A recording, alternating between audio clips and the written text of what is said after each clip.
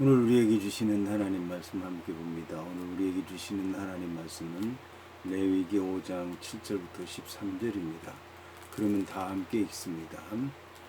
만일 그의 힘이 어린 양을 바치는 데에 미치지 못하면 그가 지은 죄를 속죄하기 위하여 산비둘기 2마리나 집비둘기 새끼 2마리를 여호와께 가져가되 하나는 속죄의 제물을 삼고 하나는 번제물을 삼아 제사장에게로 가져갈 것이요 제사장은 그 속죄의 제물을 먼저 드리되 그 머리를 목에서 비트로 끊고 몸은 아주 쪼개지 말며 그 속죄의 제물의 피를 제단 곁에 뿌리고 그 남은 피는 제단 밑에 흘릴지니 이는 속죄제요 그 다음 것은 규례대로 번제를 드릴지니 제사장이 그의 잘못을 위하여 속죄한즉 그가 사함을 받으리라. 만일 그의 손이 산비둘기 2마리나 집비둘기 2마리에도 미치지 못하면 그의 범죄로 말미암아 고운 가루 10분의 1 에바를 예물로 가져다가 속죄의 제물로 드리되 이는 속죄의 제인즉 그 위에 기름을 붓지 말며 유향을 놓지 말고 그것을 제사장에게로 가져갈 것이요 제사장은 그것을 기념물로 한 웅큼을 가져다가 제단 위 여호와의 화제물 위에서 불사를 지니 이는 속죄제라. 제사장이 그가 이 중에서 하나를 범하여 얻은 허물을 위하여 속죄한즉 그가 사함을 받으리라. 그 나머지는 소제물같이 제사장에게 돌릴지니라. 아멘. 오늘 말씀의 제목은 가난한 자를 위한 속죄제입니다. 그러면 본문의 말씀을 통해서 함께 은혜 나누도록 하겠습니다. 이 본문의 말씀을 보게 되면 만일 그의 힘이 어린 양을 바치는 데에 미치지 못하면 그가 지은 죄를 속죄하기 위하여 산비둘기 2마리나 집비둘기 새끼 2마리를 여호와께 가져가되 하나는 속죄의 제물을 삼고 하나는 번제물을 삼을지니라고 하는 말씀으로 시작을 합니다. 본문의 말씀을 보게 되면 만일 힘이 어린 양에 미치지 못하거든 이라는 말이 나오는데 이 말을 직역하면 만약 그의 힘이 작은 몸집의 가축 한 마리에도 미치기에 충분하지 못하다면 이라고 하는 뜻입니다. 여기서 손과 능력을 의미하는 히브리어 야드와 관련해서 생각해 볼 때에 사람의 능력, 즉 사람의 손과는 달리 여호와의 손은 전능해서 미치지 못하는 곳이 없으며 그 손 안에는 긍휼이 있어서 그 백성을 그 손으로 품으십니다. 이와 함께 하나님의 능력을 상징하는 그 손은 그 백성을 인도하시는 힘이 됩니다. 따라서 속죄제를 드리러 온 사람의 힘이 양을 드릴만 하지도 못하다 하더라도 좌절하지 아니할 것은 그의 한계를 여호와 하나님께서 아시고 그를 받아주시고 다른 방편으로 그의 형편에 따라서 제물을 받으시는 분이라고 하는 것입니다. 이처럼 하나님께서는 작은 자, 약한 자, 부족한 자를 받으시고 그거를 채워주시고 은혜로 공급해 주시는 분이라고 하는 것을 알 수가 있습니다. 본문은 산 비둘기든 집 비둘기든 암수를 가리지 말고 어느 것이라도 2마리를 가져와서 드릴 것을 명령하고 있습니다. 이처럼 2마리의 새가 필요했던 것은 레위기 5장 1절부터 4절까지에 나온 말씀처럼 죄에 대해서 속죄제에 해당하는 핫하트와 함께 번제에 해당하는 올라가 드려질 것이 분명하게 요구되었기 때문입니다. 이것은 속죄제와 번제를 위해서 새가 각각 한 마리씩 필요했기 때문에 모두 2마리를 필요로 했던 것입니다. 한 마리는 속죄제로 드리도록 한 것이고 다른 한 마리는 번제물로 드리도록 했던 것입니다. 여기서 먼저 드린 속죄 제물의 새에 대해서는 아주 쪼개지 말라고 말씀하고 있습니다. 이것은 한 마리를 쪼개서 2가지 용도, 즉 속죄 제물과 번제물로 쓰지 못하도록 하기 위해서입니다. 여기서 회막 안이라고 하면 곧 성소를 가리키는데 성소에는 향단과 촛대와 떡상이 놓여 있습니다. 그리고 이 중에 향단은 지성소와 성소를 구분하는 휘장 바로 앞에 있었습니다. 속죄제에 있어서 족장이나 평민이 범죄하였을 경우에는 성소 바깥 번제단 뿔에다 피를 발랐습니다. 그런데 제사장이나 이스라엘 온 회중이 범죄하였을 때는 하나님이 함께 계시는 지성소로부터 가장 가까운 곳에 있는 향단 뿔에 피를 발랐습니다. 한편 성경에서 뿔은 주로 능력이나 권세, 구원의 상징으로 쓰이고 있습니다. 따라서 향단이나 번제단의 뿔에 피를 바른다고 하는 것은 하나님의 능력이 크게 임하기를 바라고 하나님의 구원의 은총이 임하기를 간절히 바란다고 하는 뜻이 담겨 있습니다. 한편 제사장의 속죄를 위한 속죄제의 경우 희생 제물의 피를 먼저 성소 휘장 앞에 뿌리고 향단 뿔에 바른 다음 그 나머지 피는 전부 성소 밖에 있는 번제단 앞에 밑에 쏟아 부었습니다. 이처럼 제사에 쓰고 남은 피를 땅에 쏟아 땅속으로 스며들게 하는 것은 피의 거룩함을 보존하기 위해서였습니다. 훗날에 성전이 완공되었을 때에는 번제단 밑에 하수도가 있어서 피는 그 하수도를 통해서 기드론 골짜기로 흘려보냈다고 합니다. 이어서 본문은 제사장에게로 가져갈 것이요 제사장은 그 속죄의 제물을 먼저 드리되 그 머리를 목에서 비틀어 끊고 몸은 아주 쪼개지 말지니라고 말씀하고 있습니다. 본문의 제사장은 그 속죄의 제물을 먼저 드리라고 하는 말씀에서 제사장은 드리라고 하는 말은 그가 여호와 하나님께 가까이 가져오도록 하라고 하는 뜻입니다. 이에 본절을 원어 성경 그대로 직역하면 그는 그것 즉 먼저 속죄의 제물을 위해서 가까이 가져오라는 뜻입니다. 이는 속죄 제물을 먼저 드리라는 뜻입니다. 이처럼 번제로 예물을 온전히 태워드리기 전에 속죄의 피가 먼저 요구되는 것은 온전한 헌신을 드리기에 앞서서 정결하게 하는 일이 우선 되어야 했기 때문입니다. 정결함을 위한 속죄제와 헌신을 위한 번제 두 가지 중에 하나라도 빠짐이 없어야 합니다. 하지만 그렇다고 해서 그 순서가 뒤바뀌어서도 안 된다는 말씀입니다. 하나님께 헌신하려고 하는 사람은 먼저 자기를 정결하게 한 다음에 하나님께 자신을 드려야 된다는 말씀입니다. 본문에서 그 머리를 목에서 비틀어 끊으라고 하는 말씀 중에 그것의 머리를 비틀어 끊으라고 하는 말에서 비틀어 끊으라고 하는 말에 해당하는 말라크라고 하는 말은 끊는다, 분해한다, 분리한다 라고 하는 뜻입니다.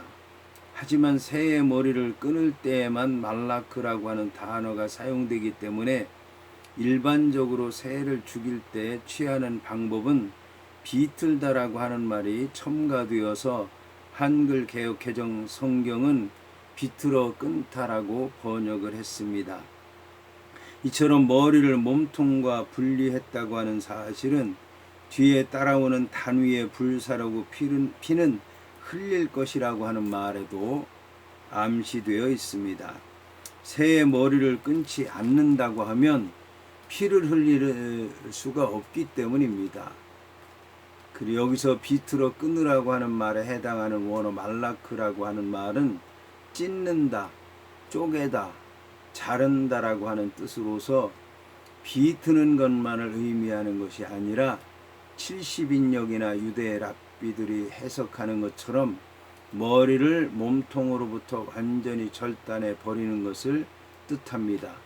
한편 레위기 1장 15절에서 설명한 것처럼 본문에 나오는 말라크라고 하는 말은 비트는 것만 아니라 끊어낸다고 하는 뜻이 있기 때문에 본문은 목에 해당하는 오레프로부터 머리에 해당하는 로시를 끊어낸다고 하는 뜻입니다.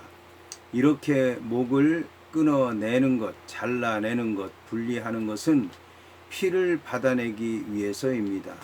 이와 관련해서 한글 개역 개정 성경은 아주 찢으라고 얘기를 하고 있는데, 아주 찢으라고 하는 말에 해당하는 히브리어 단어는 야브딜로서 둘로 완전히 나누다라고 하는 뜻을 지니고 있습니다.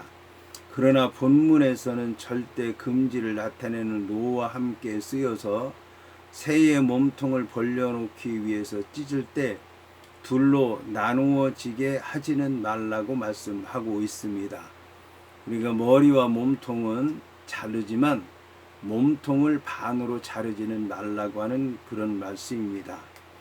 새를 몸통을 둘로 갈라지지 않도록, 찢어지지 않도록, 분리되지 않도록 이제 모든 희생 제물을 드리는 성도들은 세심한 주의를 기울여야 될 것입니다.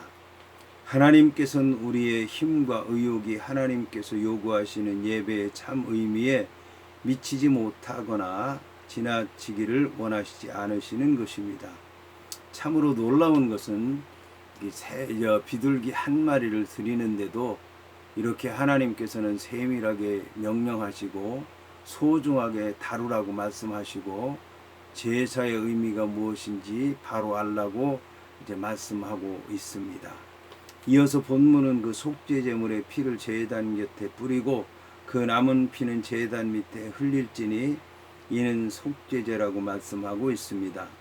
본문의 그 속죄 제물의 피를 뿌리라고 하는 말에서 속죄 제물에 해당하는 하타트라고 하는 말은 예물로 바쳐졌던 2마리 새 중에서 첫 번째 비둘기 새를 얘기하는 것입니다. 한편 번제에서 뿌리다라고 하는 뜻으로 사용된 자레크라고 하는 말 대신에 속죄제에서는 히자라고 하는 말이 사용되었습니다. 여기서 히브리어 단어 히자라고 하는 말은 세게 내려 뿌리다라고 하는 뜻입니다.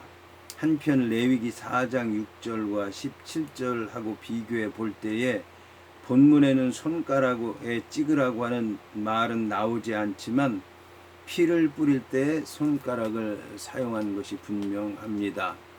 본문의 단 곁에라고 하는 말은 한글 개역 개정 성경의 번역처럼 피를 뿌리는 장소가 단 옆이 아니라 단 사방 벽면 위입니다. 한편 새의 피는 다른 소나 양이나 염소의 경우하고는 달리 그 양이 아주 적었기 때문에 피를 그릇에 받아서 제단 사면에 뿌리지 않고 그냥 눌러 짜 단 곁에 흘리기만 했습니다.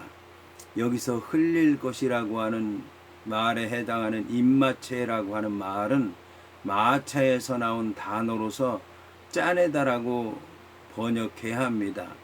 본문의 곁에에 해당하는 알키르라고 하는 말은 벽 위에라고 하는 뜻입니다. 왜냐하면 명사 키르라고 하는 말은 면, 벽이라고 하는 뜻이고 전치사 알이라고 하는 말은 위에라고 하는 뜻이 있기 때문입니다.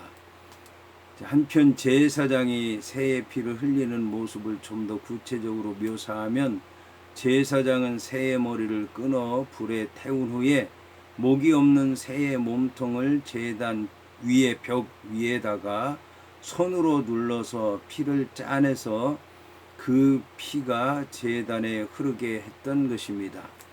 본문의 단 밑에 흘릴진이 이는 속죄제라고 하는 말에서 흘릴진이라고 하는 말은 부어버리다, 쏟아내다라고 하는 뜻입니다.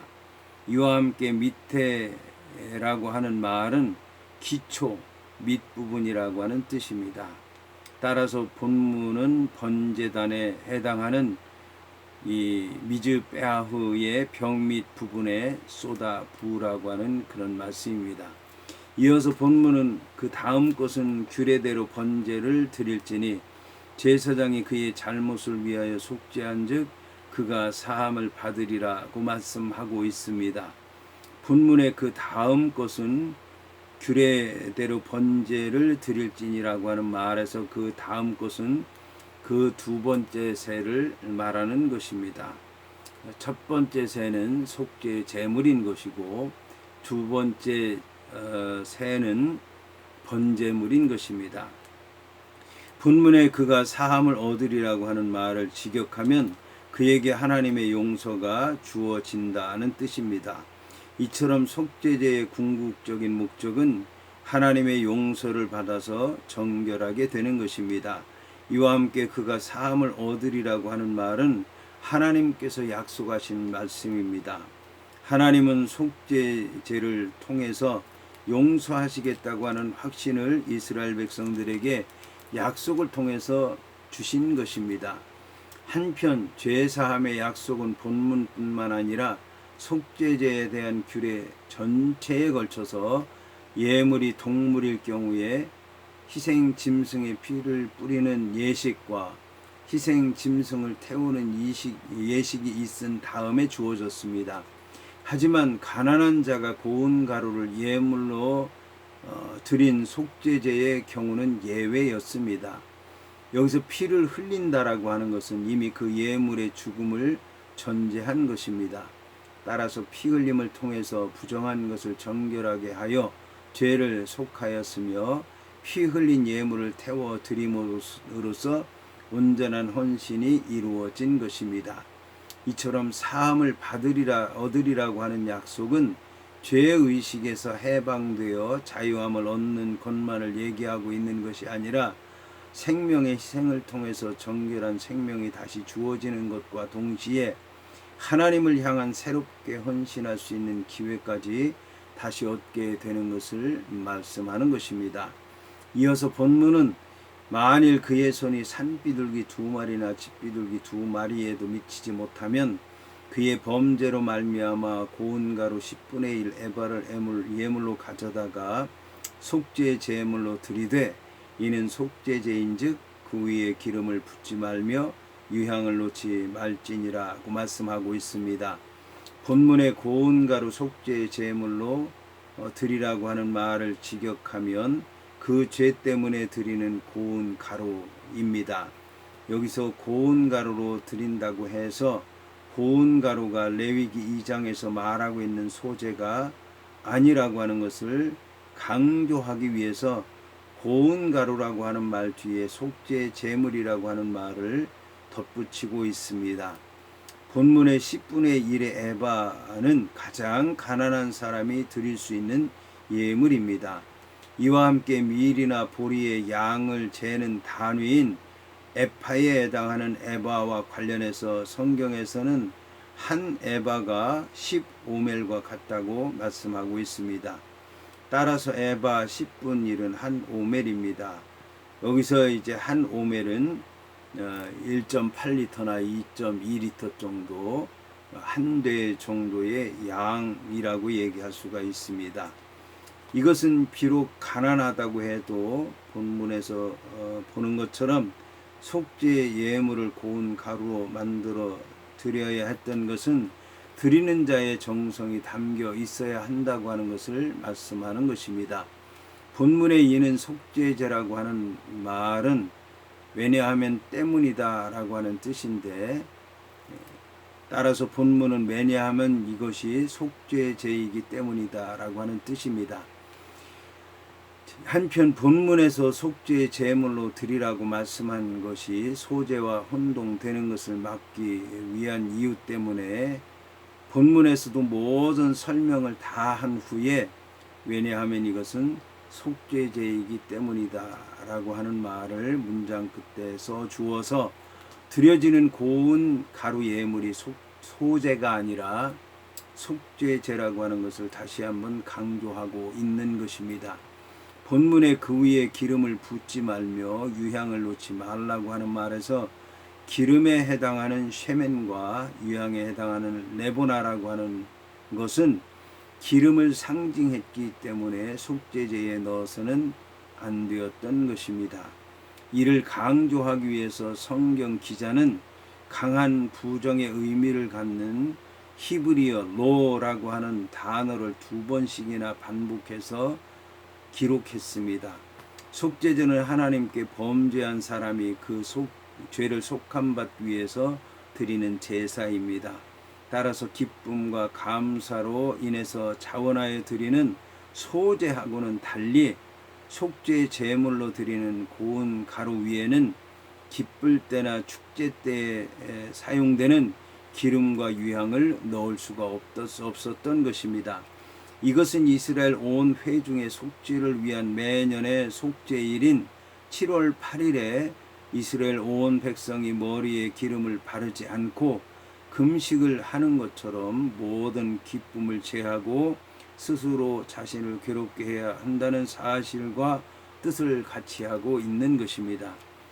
본문의 그 위에라고 하는 말에 해당하는 알레아라고 하는 말은 한글 개역 개정 성경에는 한 번밖에 번역되지 않았지만 원어 성경에서는 강조하기 위해서 2번 반복 사용하고 있습니다.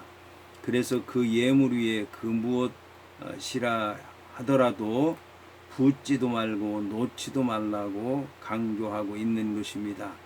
기름을 붓지도 말고 유향을 놓지도 말라 강조하고 있는 것입니다. 이것은 속죄의 예물이 불순한 것이 전혀 포함되지 않는 순전한 것이라고 하는 것을 강조하기 위한 것입니다. 한편 속죄제는 죄사함을 받는 것을 목적으로 하는 제사이기 때문에 죄사함에는 피가 반드시 요구된다는 원리에 입각해서 원칙적으로 속죄 제물은 피 흘릴 수 있는 생축이라야 가능했습니다. 그럼에도 불구하고 아주 가난한 사람의 경우 피가 들지 않은 가루를 속죄 제물로 허용하신 것은 가난한 자에 대한 하나님의 크신 배려와 긍휼 그리고 사랑의 반영이라고 얘기할 수 있습니다. 그러나 고운 가루는 그 자체로서 속죄 제물로서의 독립적인 제물의 자격을 갖추지 못했습니다. 다만 생축을 대신해서 허용된 것뿐입니다. 따라서 속죄 제물로 드리는 고운 가루는 반드시 매일 번제단 위에서 불타고 있는 상번 제물 위에 놓여서 그 제물이 흘린 피와 더불어 속죄제로 불살라져야 했던 것입니다. 이처럼 하나님께서는 자신이 세우신 피의 제사의 원리를 지키시되 문자적인 작구에 얽매이지 않으시고 항상 가난한 자와 연약한 자들의 사정을 충분히 고려하셔서 그들도 죄의 용서함 받을 수 있도록 하나님께 나오는데 전혀 머뭇거리지 아니하도록 배려하신 것입니다. 이어서 본문은 그것을 제사장에게로 가져갈 것이요 제사장은 그것을 기념물로 한 움큼을 가져다가 제단 위 여호와의 화제물 위에서 불사를 지니 이는 속죄제라고 말씀하고 있습니다. 본문에 한 움큼을 가져가라 이는 속죄제라고 하는 말에서 한 움큼을 가져가라고 하는 말과 같은 표현이 레위기 2장 2절에도 나옵니다.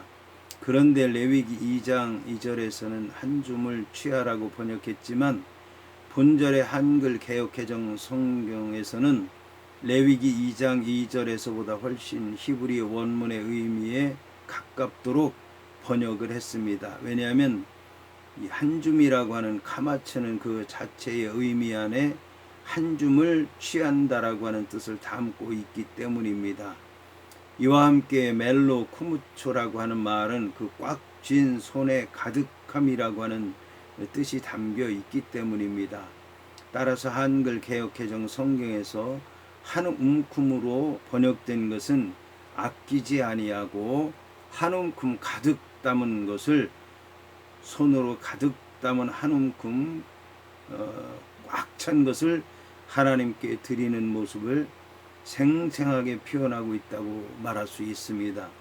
여기서 기념물에 해당하는 히브리어 아즈카라라고 하는 말은 예물 중에서 하나님의 몫으로 구분된 것으로서 온전히 하나님께만 드려져야 되는 예물을 가리키는 것입니다.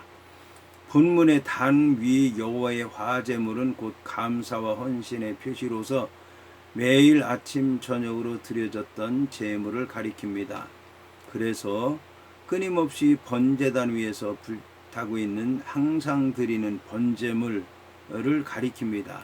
그런데 속죄 제물용 고운 가루를 아침 저녁으로 드리는 상번제물 위에 올려놓고 함께 불살랐던 이유는 피 흘림을 당한 번제물의 효력을 덧입기 위해서였습니다. 이어서 본문은 제사장이 그가 이 중에서 하나를 범하여 얻은 허물을 위하여 속죄한즉 그가 사함을 받으리라.